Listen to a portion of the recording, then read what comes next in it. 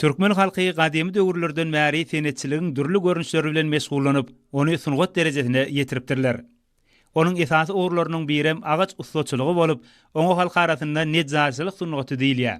Gadymy we müdümi mirasymyz bolan agaç senetçiligi bilen meşgullanyp, bu hünäriň ince sırlaryny ýaş nesillere öwretmekde nusgalyk işleri alyp barýan. Agaç ustalary Mara şäherinde de diýdenken. Ezberelli agaç ustalary garagaç, derek, arçy, hol, çınar, tut, erik, talýaly yerli agaçlar öz işlerinde ulanyp, agaçlaryň saýlanylşyny, işe taýýarlanyşyny, çeperçilik bedeglerini ösüp gelýän ýaş nesillere öwretmekde döredüjülükli däkme çekýärler.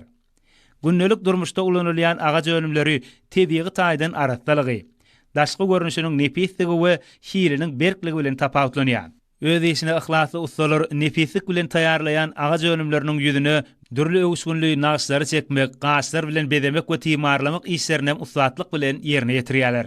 Agaçlaryň ýüzi oýulyp döredilen naqşlaryň, şekilleriň ýazalşyna, atlandyryşyna halkymyzyň geçmiş taryhy, milli medeni aýratynlyklary, ruhy dünýäsi öz beýany tapýar. Halkymyzyň nejarçylyk sungaty gadymy döwürlerden bäri özüniň mazmuny, çeperçilik kämilligi bilen köp öwüşgünlüligi beýleki sungatlardan tapawutlanýar. Häzirki wagtda türkmen ustalarynyň nefislik bilen taýýarlayan agaç önümleri halkymyzyň durmuşynda giňden ulanylýar.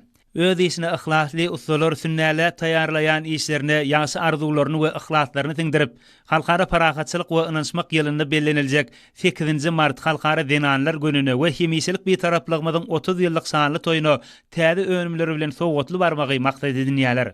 Bu bolsa arkadaly gahrman serdarymyzyň başdanlygyny milli mirasymyzy dikeltmek, onu dünýä ýüzüne tanatmak we wagt etmek boýunça alınıp barylýan giňerimli işleriň aýdyň mewesidir.